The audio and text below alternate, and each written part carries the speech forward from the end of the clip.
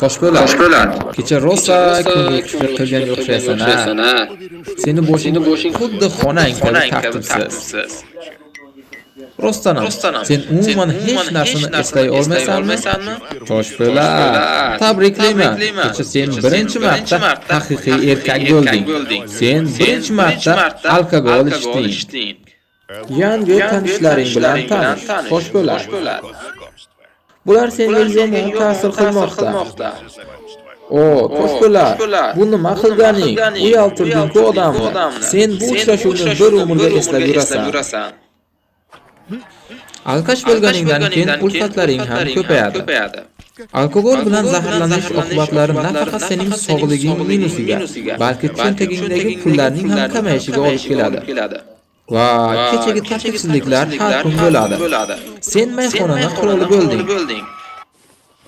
Ey, Toshpo'lat, seni tishing yo'q-ku. Eslachi uni qayerda tushirib qoldirding? Toshpo'lat, sen bilmagan eding, lekin haddan tashqari ichish asossiz urushlarga olib keladi. Hatto bunda yaxshigina kaltaga yeyishing ham mumkin. Men senga tish beraman. Toshpo'lat, sen chiqish yo'lini topding. Aspirin yaxshi tanlov. Oy yo'q, aspirin tugabdimi? Zapas aptechkani qarab ko'rchi. Toshpo'lat, boshim og'riyapti. Buni yechimi bor. Mineral suv seni suvsizlanib qolgan tanangni balansini ko'tarishga va chanqoqni bosishga yordam beradi. Bu yana nima ahvol? Toshpo'lat, jakuzi qabul qilmoqchimisan? Afsuski, jakuzi yaxshi g'oya emas. Sanangda hali alkogol tarqalgani yo'q. Infeksiyasi tufayli ko'zingda har narsalar ko'rinib, suvda yo'qolib qolishing mumkin. Toshpo'lat, Spielberg qutqarish xizmatiga telefon qil. Nima, sen mastligini mazali pizza bilan yo'qotishga qaror qildingmi? Lekin sen pizzaga pul berishni hisobga olmading-ku. Sen ichingdagi alkogol qayta ishlashni boshlagandan keyin tanada har hidlar paydo bo'ladi. Bu gaz tanada paydo bo'ladigan etanolning parchalangan qoldiqlari. Ulardan biri sirka kislotasi. Juda yoqimsiz hidga ega. Toshpo'lat, endi uxlay qol. Salon vertolyot.